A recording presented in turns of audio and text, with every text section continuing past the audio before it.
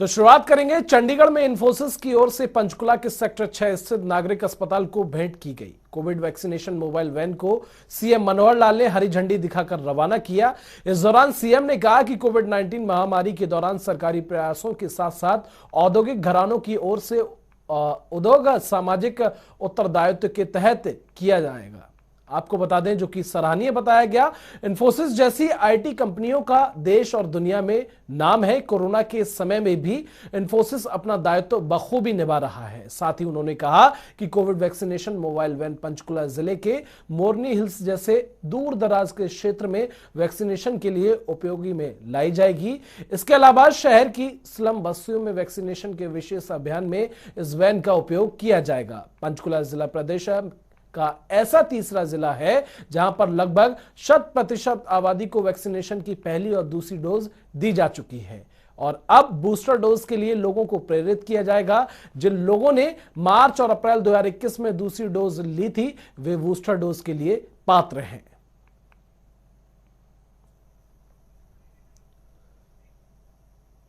हरियाणा के मुख्यमंत्री मनोहर लाल ने प्रदेश के विकास की गति बढ़ाने के प्रतिबद्ध हैं। इसी दिशा में सीएम ने प्रदेश में चल रही 100 करोड़ रुपए से ज्यादा राशि की सभी परियोजनाओं की समीक्षा करने के लिए मुख्य सचिव संजीव कौशल की अध्यक्षता में एक कमेटी का गठन करने की अपनी मंजूरी दी है ताकि इन परियोजनाओं की गति को बढ़ाया जा सके।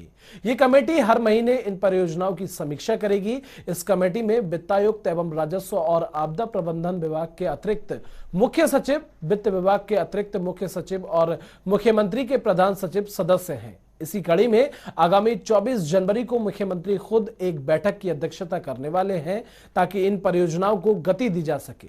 प्रदेश में 82 ऐसी परियोजनाओं को क्रियान्वित करने के लिए कार्य जारी है जिन्हें निर्धारित समय अवधि में पूरा करने का कार्य किया जाएगा। हरियाणा में 100 करोड़ रुपए से ज्यादा की परियोजनाएं 14 विभागों की ओर से चलाई जा रही हैं।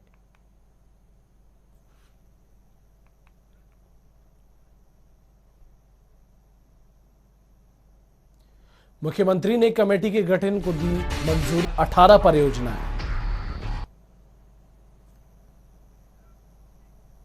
उधर चंडीगढ़ में डीबीटी योजना का डिजिटलाइजेशन करने के बारे में एक समीक्षा बैठक का आयोजन किया गया जिसकी अध्यक्षता हरियाणा के मुख्य सचिव संजीव कौशल ने की। इस दौरान उन्होंने अधिकारियों को निर्देश दिए कि वे जल्द से जल्द डीबीटी योजनाओं को सरल पोर्टल के माध्यम से परिवार पहचान पत्र के साथ जोड़ें। साथ ही मुख्य सचिव ने बताया कि आधार एक्ट के तहत डीबीटी योजनाओं को अधिसूचित करके स्टेट डीबीटी पोर्टल से जोड़ना है। इसीलिए सभी विभाग जल्द से जल्द अपनी अपनी योजनाओं को सरल पोर्टल के माध्यम से पीपीपी से भी जोड़ें।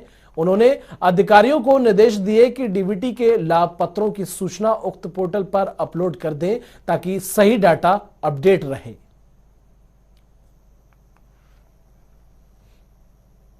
वहीं हरियाणा कर्मचारी चयन आयोग के चेयरमैन भोपाल सिंह खदरी ने जनता टीवी से खास बातचीत की। इस दौरान उन्होंने एचएसएससी की ओर से की जा रही भर्ती प्रक्रिया समेत कई अहम जानकारियां दी। हरियाणा में कर्मचारी चयन आयोग के माध्यम से तमाम भर्ती प्रक्रिया चल रही है। जल्द ही कई जो भर्ती प्रक्रिया है उनके नतीजे भी आने शुरू होंगे। इसके साथ साथ हरियाणा कर्मचारी चयन आयोग ने महिला कांस्टेबल की भर्ती में से कुछ ऐसी अभ्यर्थियों को भी पकड़ा है जिन्होंने गलत जानकारी अपने परिवार के नौकरी के मामले में दी थी। मेरे साथ तमाम बातचीत करने के लिए हरियाणा कर्मचारी चयन आयोग के चेयरमैन भोपाल सिंह खदरी मौजूद हैं। प्रदेश के तमाम जो युवाओं के सवाल हैं उन सवालों पर बातचीत करेंगे। चेयरमैन साहब, सबसे पहले जनता टीवी में आपका स्वागत है। सर, सबसे पहला सवाल यही कि पिछले दिनों आपने हरियाणा महिला पुलिस कांस्टेबल की भर्ती प्रक्रिया को पूरा किया है, नतीजे घोषित किए थे, लेकिन अब सामने आया है कि 72 के करीब ऐसी जो है वो महिला पुलिस कांस्टेबल सिलेक्ट हुई है जिन्होंने गलत जानकारी दी थी। ये क्या मामला है, किस तरह से पकड़ में आया है?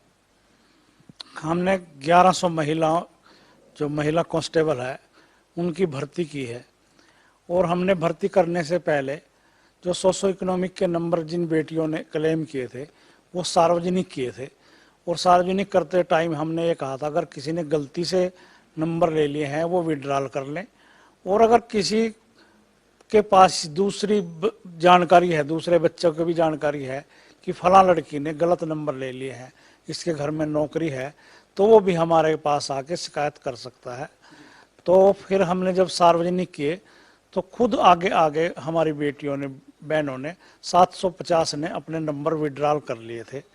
तो उसके बेस पे हमने रिजल्ट डिक्लेयर कर दिया। 1100 जो लड़कियां थी वो सेलेक्ट कर ली और उसकी सूची हमने पुलिस को भेज दी।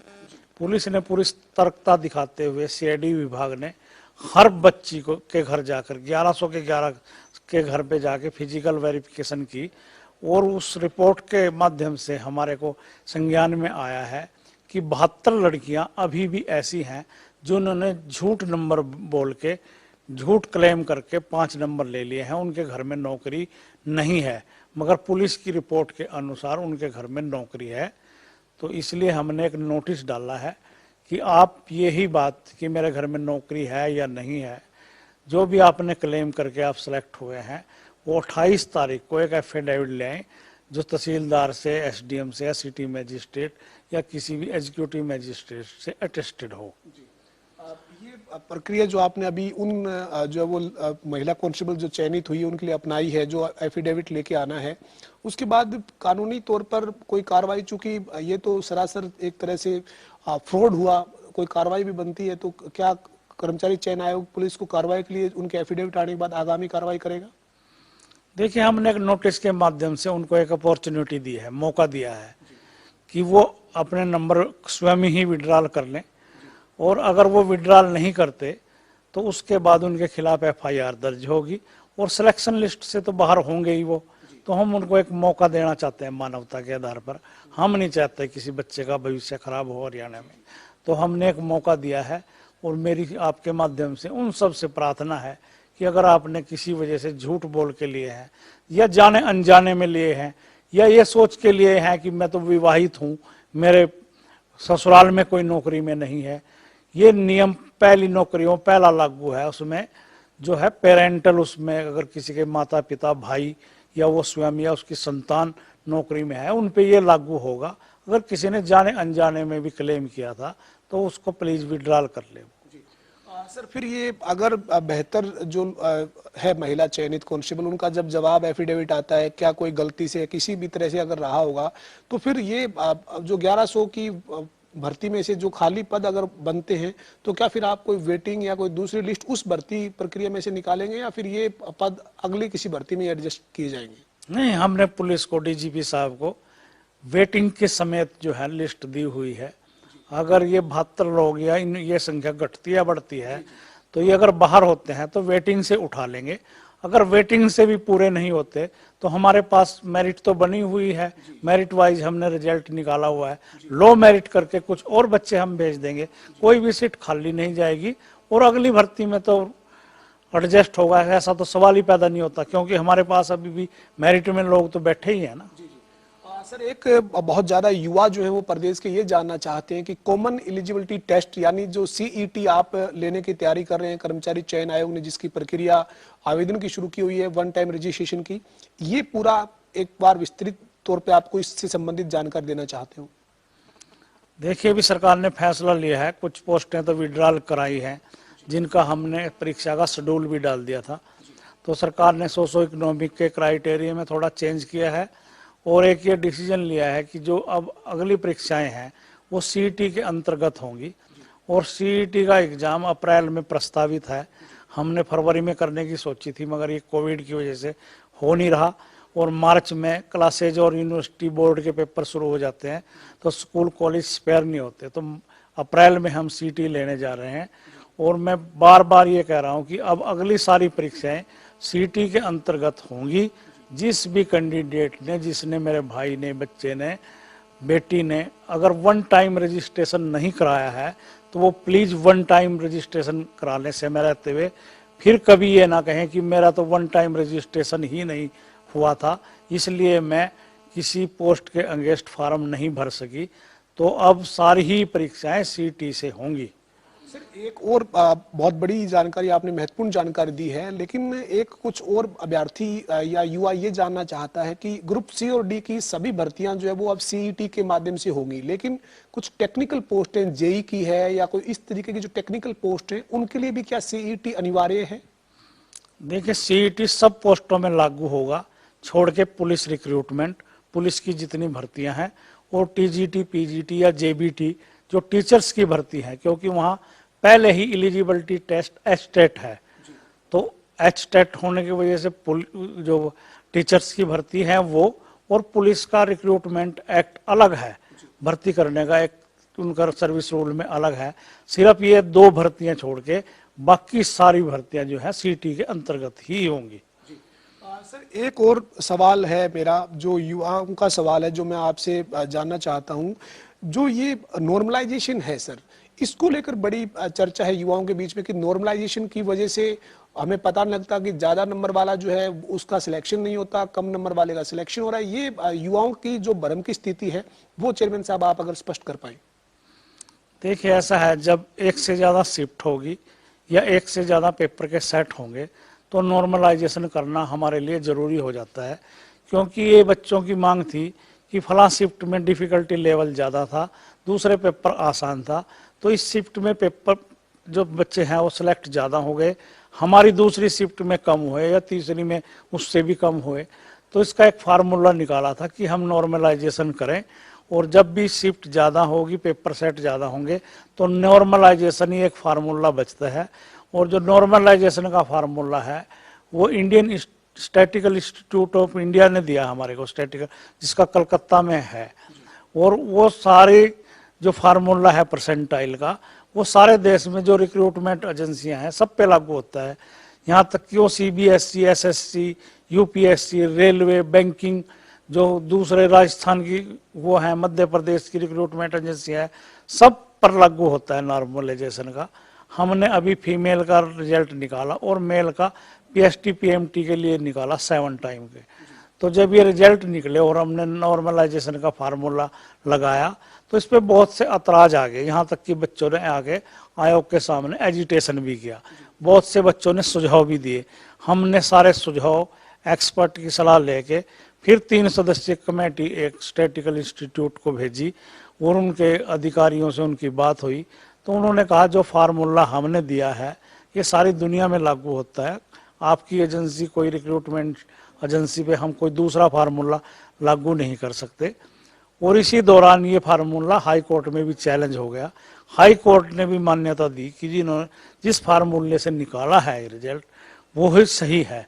ये बात जरूर है कि इस फार्मूले के हिसाब से 1-2 नंबर का फर्क पड़ जाता है, ज़्यादा नंबर वाला बाहर हो सकता है, थोड़े उससे 1-2 नंबर वाला वो इन हो सकता है।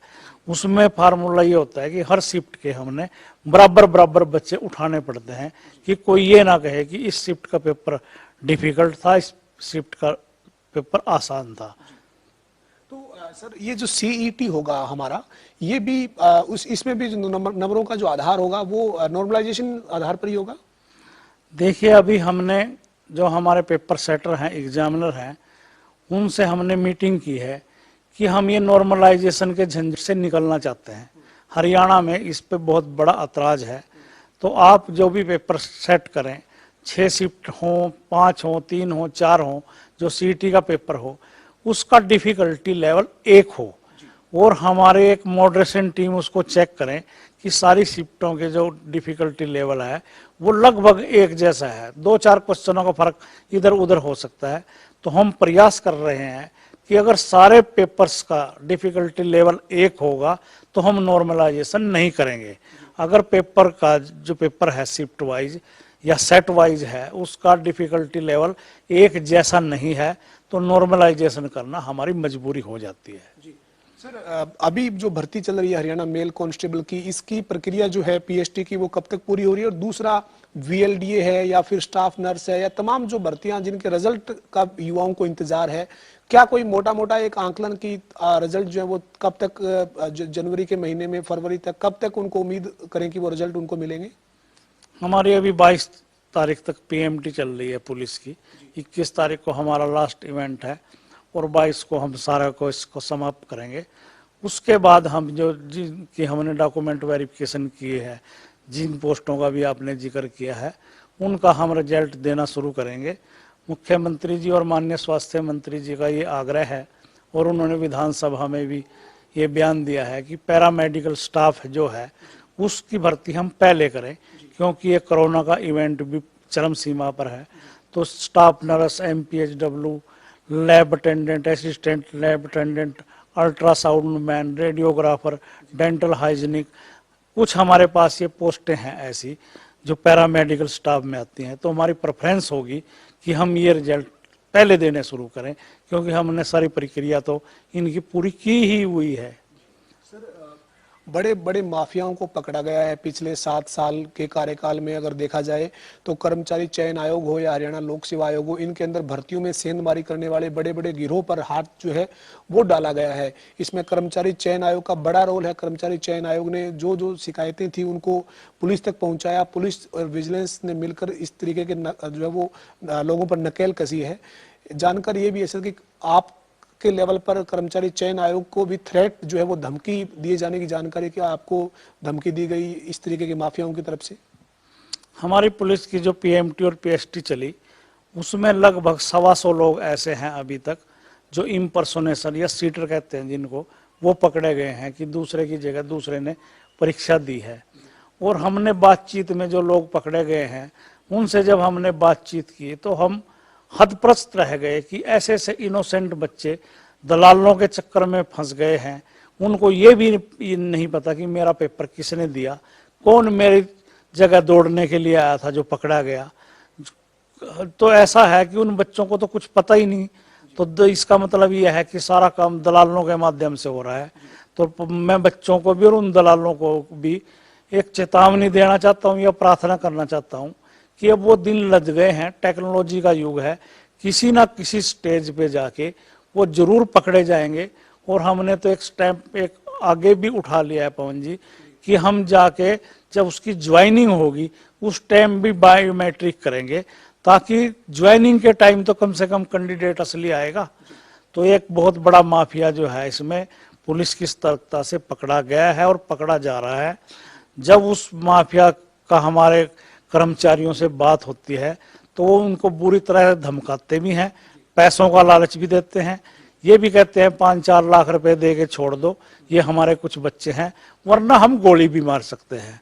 और यहाँ तक कि किसी एजेंसी के माध्यम से ये मैसेज मेरे तक भी पहुंचाया गया है कि हमने तो 150 लोगों को ऐसा करवा रखा है, हमने करोड़ों रुपए कमा रखे हैं, आप भी कुछ अगर उसमें शेयर लेना चाहें तो ले सकते हैं। पर मैंने एक संकल्प लिया हुआ है मुख्यमंत्री जी की इच्छा शक्ति के हिसाब से कि मैं पूरी योग्यता से और मेरिट के आधार पर नौकरियां देने की कोशिश करेंगे हमारा आयोग।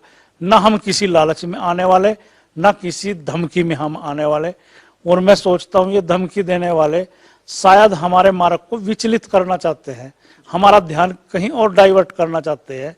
तो मैं इस धमकियों में मैं, मेरे मेंबर्स या मेरा स्टाफ बिल्कुल भी आने वाला नहीं है। जी, मेरा अंतिम सवाल है। पिछली बार भी जब मेरी बात हुई आपसे तब भी मैंने कहा, अब एक बार आज बात हो रही है फिर, इसलिए मैं आपसे कहना चाहता हूं कि जो गलती से कोई युवा शिकार हो जाता है किसी माफिया का, या फिर किसी का ने कोई गलती से जानकारी दे दी, जैसे इस मामले में सामने आया कि अब अपने परिवार में नौकरी थी और फिर भी ये कह दिया नौकरी नहीं है, इस तरीके के कोई इनोसेंट अभ्यर्थी हैं या कोई जो किसी का शिकार हो जाते हैं ऐसे युवा हैं, उनसे हरियाणा कर्मचारी चयन आयोग के चेयरमैन भोपाल सिंह खत्री की क्या अपील है, क्या कहना चाहेंगे? मेरी उनसे सबसे यही अपील है कि कोई भी इफ एंड बट छोड़ के वो किसी के चंगुल में ना आए, ना अपनी धनराशि खराब करें जो उनके माता पिता ने कमाई है, उसको अपने को सुरक्षित रखें। क्योंकि अब वो दिन चले गए हैं, अब योग्यता के आधार पर नौकरियां मिलेंगी। और किसी माफिया के, किसी नकल गिरोह के चक्कर में बिल्कुल भी ना आए, मेहनत करें इस उसमें। अगर वो मेहनत नहीं कर सकते तो कोई और बिजनेस अपना लें, कोई जरूरी नहीं है हरियाणा सरकार में नौकरी ही उनका एकमात्र लक्ष्य है। जब वो इतने पैसे खर्च रहे हैं नौकरी पाने के लिए, उस पैसे को कहीं और बिजनेस में लगा लें। और प्लीज वो योग्य व्यक्ति जिनका हक है, असल में जो मेहनत कर रहे हैं, योग्य हैं, उनको हरियाणा की नौकरियों में प्रवेश करने दें, ताकि हरियाणा में कर्मचारी भी अच्छी सुचिता वाले आए, ईमानदार लोग आए, योग्य व्यक्ति आए। अगर ऐसी मानसिकता के, जैसे मैंने कहा 125 लोग हरियाणा पुलिस में भर्ती हो जाते हैं, तो ऐसी मानसिकता के लोग अपनी सर्विस के दौरान क्या क्या काम करेंगे, इसका समाज और मीडिया सहज रूप से ही अंदाजा लगा सकता है। जी, बहुत शुक्रिया से बातचीत करने के लिए, समय देने के लिए। हमारे साथ हरियाणा कर्मचारी चयन आयोग के चेयरमैन भोपाल सिंह खदरी थे। प्रदेश के युवाओं से जुड़े हर मसले पे बात की है। खास तौर पर कहा है कि निष्पक्षता, पारदर्शिता ही आधार है हरियाणा में अब नौकरियों का। किसी भी तरीके से कोई नकल माफिया या कोई किसी तरह के गिरोह के शिकार ना हो, केवल योग्यता पर भरोसा करें और योग्यता के आधार पर यह हरियाणा में युवाओं को रोजगार मिलेगा। खदरी ने साफ कर दिया कि वो दिन अब लद गए हैं जब प्रदेश में किसी भी तरीके से गलत तरीके से नौकरियां दी जाती थी। अब ऐसा कुछ नहीं होगा। युवाओं को केवल और केवल जो रोजगार है वो मेरिट के आधार पर मिलेगा। वीडियो जर्नलिस्ट रवि के साथ पवन सिंह, जनता टीवी, चंडीगढ़। और हरियाणा सार्वजनिक उपक्रम ब्यूरो के चेयरमैन सुभाष बराला ने बुधवार को चंडीगढ़ में हरियाणा भूमि सुधार एवं विकास निगम के माध्यम से संचालित कई गतिविधियों की प्रगति को लेकर समीक्षा की। बैठक में उन्होंने कहा कि हरियाणा भूमि सुधार एवं विकास निगम की ओर से प्रदेश में भूमि विकास, संरक्षण एवं जल भराव वाली भूमि के सुधार के उपाय शुरू करने के लिए विशेष योजना बनाकर कार्य किए जाए। क्षारीय एवं जलभराव वाली भूमि को उपजाऊ योग्य बनाने के लिए जरूरी कदम उठाए जाएं और प्रदेश में बरानी भूमि के संबंध में पूर्ण सपोर्ट रिपोर्ट तैयार की जाए ताकि इसमें योजनाबद्ध तरीके से जरूरी उपाय सुनिश्चित किए जा सके। वहीं हरियाणा सार्वजनिक उपक्रम ब्यूरो के चेयरमैन सुभाष बराला ने कहा कि रोहतक, झज्जर, सोनीपत, गोहाना सहित प्रदेश के कई अन्य क्षेत्रों में भी सेम की समस्या बढ़ रही है। इस समस्या का स्थायी समाधान किया जाना जरूरी है ताकि भूमि की गुणवत्ता और उपजाऊ शक्ति बनी रहे। उन्होंने विभाग के अधिकारियों को निर्देश दिए कि वे फील्ड में ऐसी गतिविधियां चलाएं जिससे सेम की समस्या का स्थायी समाधान हो। आज HLRDC जो विभाग है, हरियाणा लैंड डेवलपमेंट कॉरपोरेशन, इस विभाग की एक बैठक हुई है। इस बैठक में प्रमुख रूप से अभी तक विभाग की किस प्रकार की गतिविधियां हैं, किस प्रकार से किसान की जो भूमि है, चाहे वो क्षारीय भूमि है या फिर जहां सेम की समस्या है, इस भूमि को किस प्रकार से ठीक किया जा सकता है और ये विभाग किस किस प्रकार की गतिविधियों में लगा हुआ है, इस उद्देश्य से ये हमने बैठक बुलाई थी। और एक बात की चर्चा करते हुए मुझे बड़ी खुशी हो रही है कि हरियाणा में जो भूमि सुधार है, इस विषय को लेकर के मुख्यमंत्री जी और हमारा पूरा ये एग्रीकल्चर डिपार्टमेंट उसके बारे में चिंतित है, क्योंकि हरियाणा का एक बहुत बड़ा एरिया आज ऐसा है जिसमें सेम की समस्या है, वाटर लॉगिंग की समस्या है, जहाँ पर बंजर भूमि है। ऐसी भूमि को कैसे ठीक किया जाए, इस सारे काम में HLRDC विभाग लगा हुआ है और एक अलग से एक प्रोजेक्ट चल रहा है एग्रीकल्चर डिपार्टमेंट का, उसके बारे में भी चर्चा आज की इस बैठक में हुई है। HOPP इस प्रोजेक्ट को नाम दिया गया है। जो नीचे का जो भूमिगत जल है उसको कैसे, जो वाटर लॉगिंग के कारण जिसकी समस्या हो चुकी है, ज़मीन के अंदर जो पानी का भराव ऊपर दिखाई देता है, उसको बाहर निकाल करके उसको ड्रेन आउट करके कैसे उस भूमि को हम कृषि योग्य उसको बनाएं, उसको उपजाऊ बनाएं, इस सारी बात की चिंता मुख्यमंत्री जी कर रहे हैं। और ये HOPP जो प्रोजेक्ट है, इसके माध्यम से ये सारा काम सरकार के द्वारा, एग्रीकल्चर डिपार्टमेंट के द्वारा करवाया जा रहा है। तो दूसरा है जो बंजर भूमि है, उसमें कैसे जिप्सम जैसे जो प्रोडक्ट हैं वो किसानों को उपलब्ध करवा करके और उस ज़मीन को उपजाऊ कैसे बनाया जाए, इस बारे में भी चर्चा हुई है। आज की जो बैठक थी, हमने उनको दोबारा से इस विभाग से मांगे हैं और एक बार फिर से इस विभाग की बैठक उन आंकड़ों के आधार पर करेंगे ताकि पूरे विभाग की किस प्रकार की फंक्शनिंग है, किस प्रकार का विभाग जो इसका आर्थिक स्थिति है वो कैसी है और कैसे इस विभाग को अच्छा किया जा सकता है, इसकी स्थिति को कैसे सुधारा जा सकता है, इन सारे विषयों के ऊपर चर्चा आज की इस बैठक के अंदर हुई है। और फिलहाल के लिए हमारे खास कार्यक्रम में बस इतना ही। देश और दुनिया की तमाम खबरों के लिए आप देखते रहिए जनता टीवी।